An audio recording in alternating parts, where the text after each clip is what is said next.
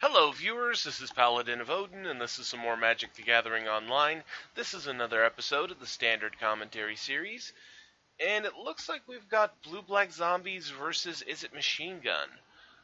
And Zombies just sacrificed Haunted Dead to play Distended Mindbender, which can hurt Izzet here, possibly take 2 cards from him, but at the same time, he does have 6 cards in hand, so...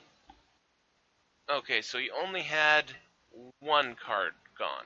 So, not as catastrophic as it could have been.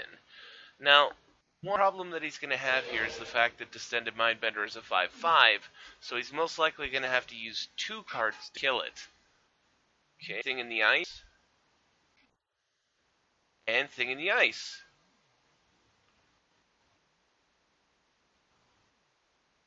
Fevered Visions, Double Thing, 19... Honestly, he could afford to just take 5 here if he felt like it. Spirit's attacking in, so it's an all-out attack from Blue-Black. Total of 6 damage if he chooses not to block, and he doesn't. He goes down to 13.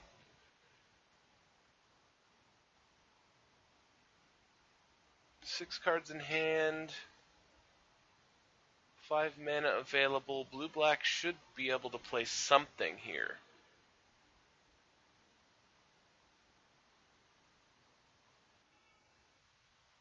Bringing back Haunted Dead and discarding Darren Pariah to do it allows him to play for its madness cost, so he gets a spirit token, he gets a 3 flying vampire, and he gets Haunted Dead. And more importantly, he could sacrifice 2 spirits, Haunted Dead, and flip the Pariah. Looks like we had a lag spike there, but that's exactly what he did to get rid of both the Thing and the Ices before Izzet could do anything about it. So now, Blue-Black has a 5 Distended Mindbender and a 6/5 flying Abolisher of Bloodlines. So that's 11 power on the board right now. Thermal Alchemist.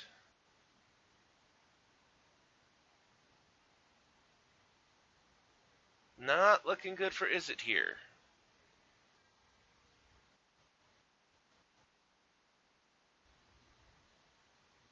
Especially since he's down to 3 cards in his hand.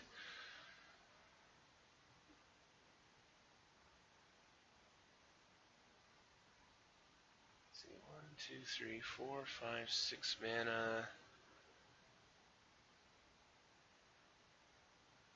Theoretically, he could have the card, in 3 cards, he could have an answer to the board. A Kozilek's Return plus 2 burn spells that deal 3 damage to a creature, not that difficult to come up with. But it would be a matter of him having them. And more importantly, having the mana to be able to do it. Let's see. Going straight into combat. I was actually kind of hoping that he would kill off Thermal Alchemist so that he'd have a clear path to deal 11 damage this turn.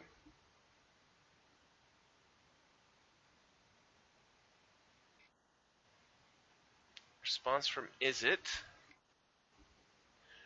Garreach Sanitarium. Draw a card and discard a card. Unfortunately, even if you were to discard something like Fiery Temper, it wouldn't really help him here. Just the Wind! Okay.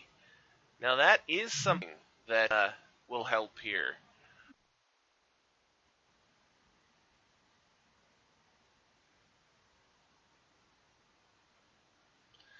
Just the Wind, something that I haven't seen very much at all in Standard right now. I mean, it's not the greatest card, but at the same time, Unsummon, as its madness, for its madness cost, it's an Unsummon for the same cost as Unsummon.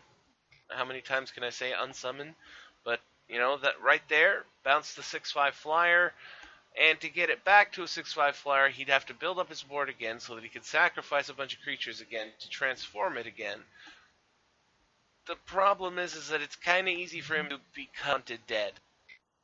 And there's just no way in Standard right now to really take care of this graveyard effect.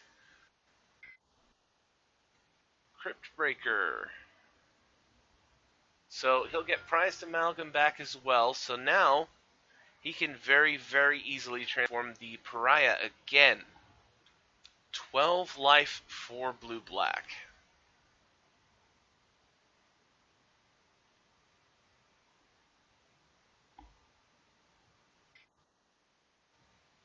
Okay, pinging with the Alchemist. I'm racking my brain here to think of all the possibilities that he could win here. And I'm thinking that it's possible it would just take some very, very specific cards. Okay, Collective Defiance. Alright. Choosing 3 damage to the face, and then discard all your cards and draw that many cards. Oh, I see. He had 3 lands in his hand and another Thermo Alchemist. 7 damage, though.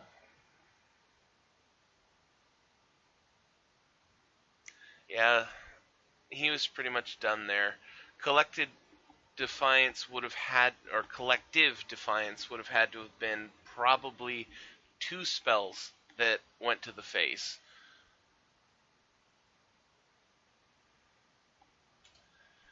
And you know, that right there is just kind of what Blue-Black Zombies does in Standard right now. They have ridiculous synergies with certain cards.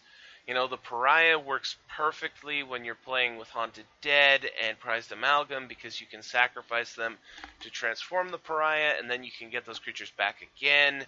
And then, you know, of course, the same thing holds true for Emerge.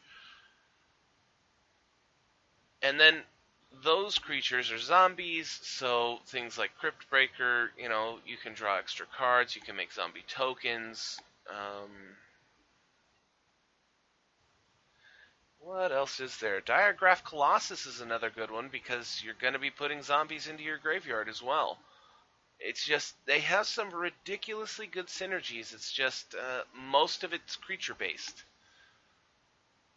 And, you know, most of the really top tier decks right now are also creature based, so you're going to have a hard time breaking through because they'll have a bunch of creatures, you'll have a bunch of creatures, and if you tone back the creatures to try and control their creatures, you're going to leave yourself open to more damage, and you know, it's a very delicate tight wire lock to get the right balance in Standard right now. And so far, I mean, if you look at the deck lists in Standard right now, the balance is Bant aggro. Mainly because their creatures do more than one thing. You know, they're not just a creature with certain power and toughness. They're also, you know, Sylvan Advocate buffs up your land creatures and also buffs itself up at a certain point. Tireless Tracker can let you draw extra cards while buffing itself. Reflector Mage bounces one of your opponent's creatures while giving you a creature. Spell Queller lets you counter a spell while also getting a creature of your own.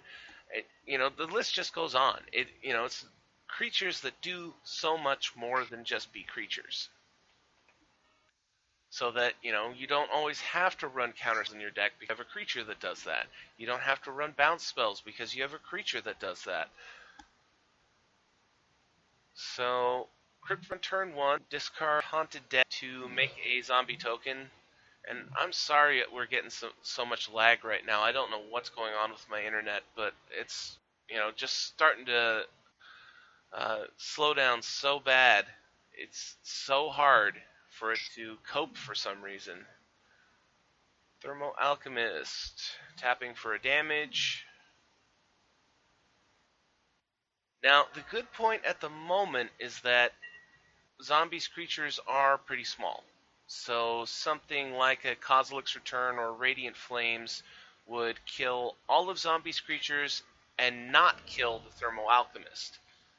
Okay, Alchemist pings again.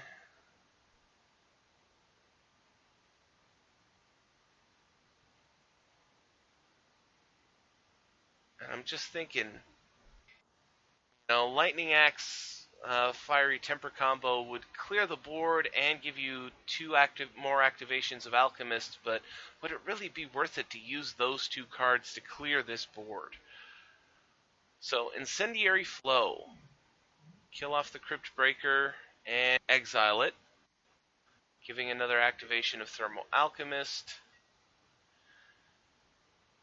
And that's one of the things about cards Incendiary Flow is the exile effect is actually quite helpful against decks like this because they have many things that work off of your graveyard.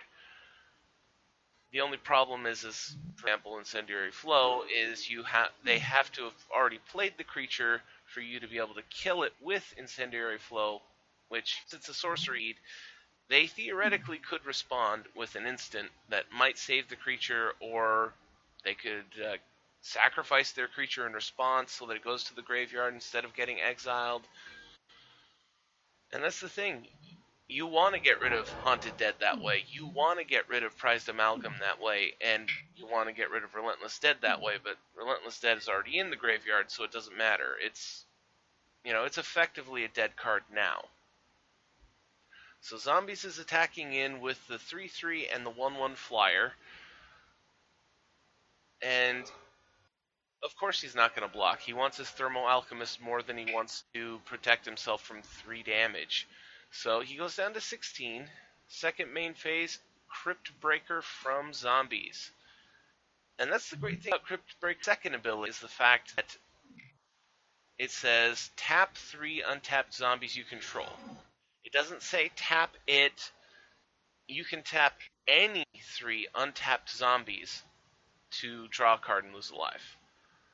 Which he does, and then he plays Grasp of Darkness to kill off the Thermal Alchemist. In response, he pings for 1. And I'll be honest, things are looking pretty bad for Izzet here. Okay, Fiery Impulse to kill off the Crypt Breaker. Gets him another ping with the Thermal Alchemist.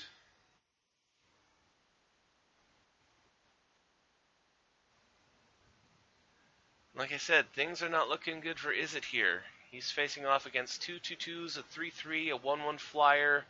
Individually, he could very easily kill any one of these creatures with some of the spells in his deck, but, being able to kill 1 creature out of 4 means that you're still getting hit in the face by 3 creatures.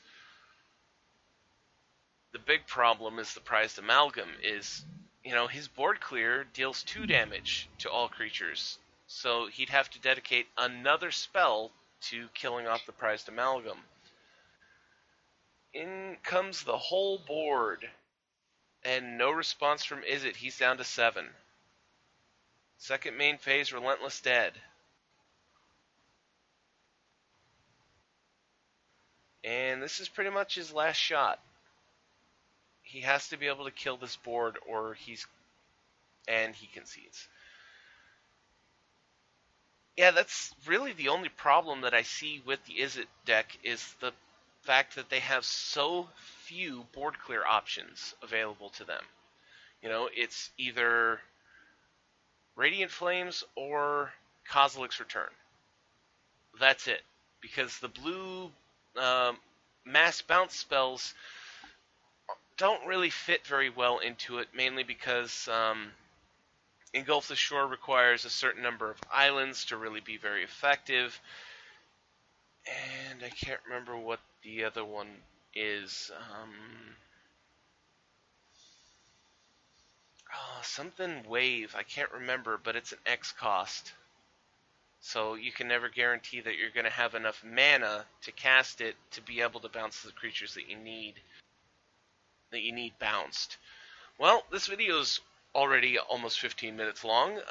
Surprisingly, that took longer than I expected. But I'll end it here. That was Blue Black Zombies versus Izzet Machine Gun, and if you liked what you saw, hit that like and subscribe button for me, and I will see you in the next video.